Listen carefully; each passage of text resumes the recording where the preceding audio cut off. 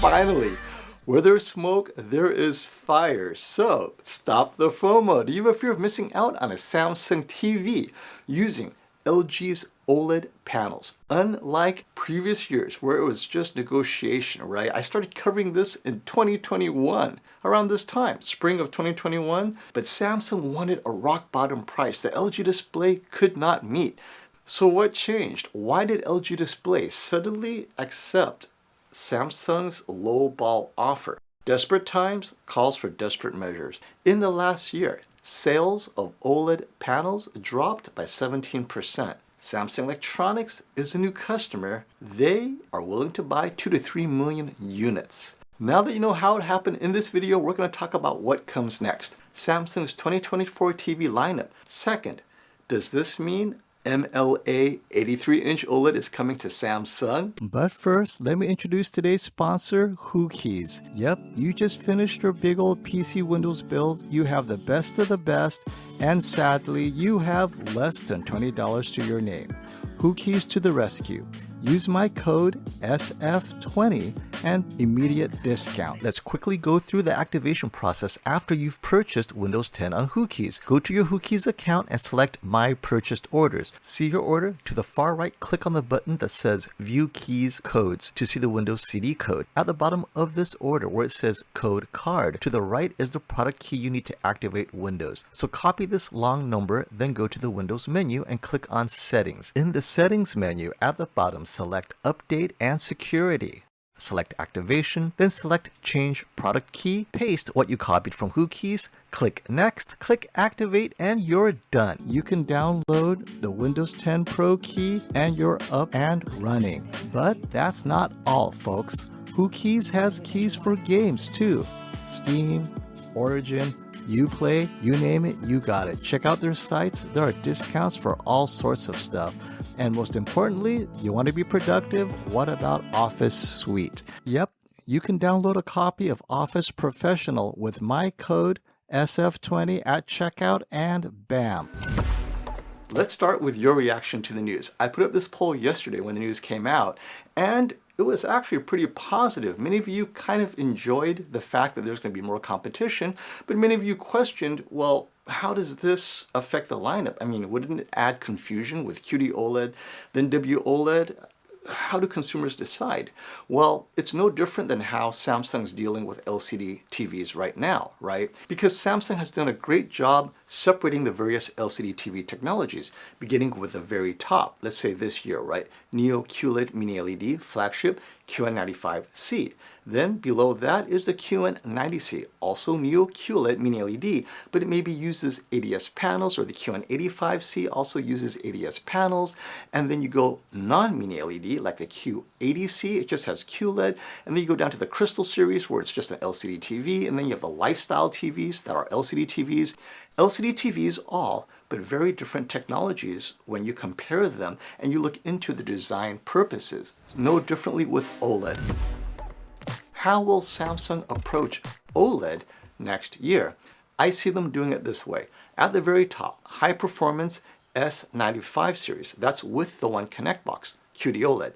Just below that, very similar, without the One Connect box, the S90 series. And then below that is LG W-oled series of OLEDs, and maybe this could be their lifestyle TVs, maybe their dedicated gaming TVs, something that's less expensive than the top tier, but with an extra push for a specific segment, maybe the 83-inch size. Remember, QD-OLED doesn't have yet an 83-inch size. Next year, boom, without having to invest in manufacturing, they have access to the 83-inch size. And I know we're going to talk about MLA next, but at least you have lifestyle large OLED choices than 77 to 83-inch sizes, where most people want the size, but aren't necessarily hardcore into color volume, color luminance, all the stuff that we talk about that separates QD-OLED from W-oled. But let's specifically talk about the 83-inch. Will it have MLA? So this year we were predicting maybe next year LG may not be producing an 83-inch MLA, maybe they will. However, with this deal with Samsung, LG Display now has a reason to invest in 83-inch MLA because Samsung's paying for it, and more importantly, LG Display has been known to give exclusivity to other brands other than its own sister company, LG Electronics. For example, the Sony A90J. It had the heatsink approach before LG's own G2, right? The A90J against the G1. G1 didn't have the heatsink. Next year, the G2 had the heatsink, but then, of course, Sony went with the A95K, and we know what happened there. But LG Display has been known to maybe offer these exclusivities to brands that are maybe willing to pay a little bit more. And Samsung, being what it is, it will have no problems charging more for an 83-inch with MLA, more than what LG can get away with. So we all know and love LG Electronics OLED TVs. They're great.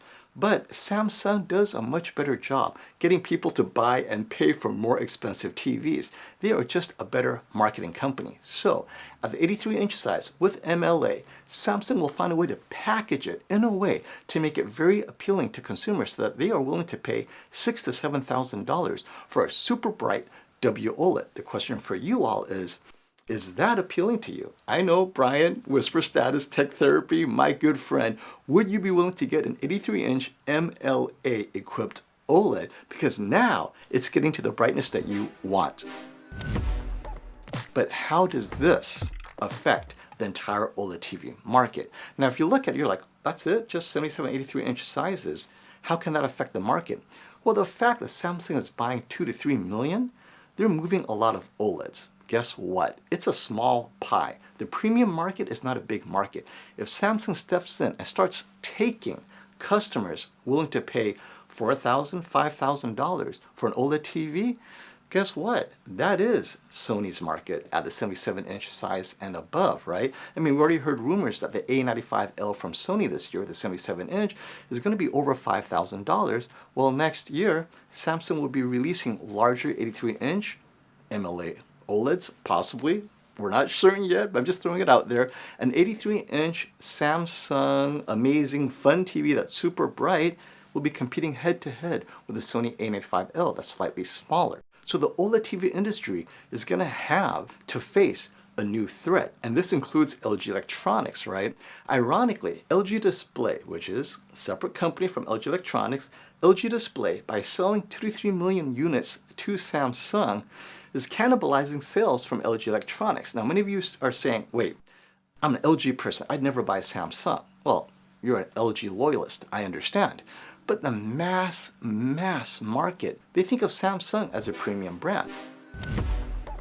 Now, beyond OLED TVs, this move also affects Mini-LED TVs, right? Catch my video to get a more thorough discussion about that. But this is the beginning of the end of Mini-LED TVs at Samsung. And if you're one of the few who still love Mini-LED TVs, check out my video here on the future of Mini-LED TVs and reviews of Mini-LED TVs down here, and of course, more TV news and update over here. Until next time, stop the FOMO.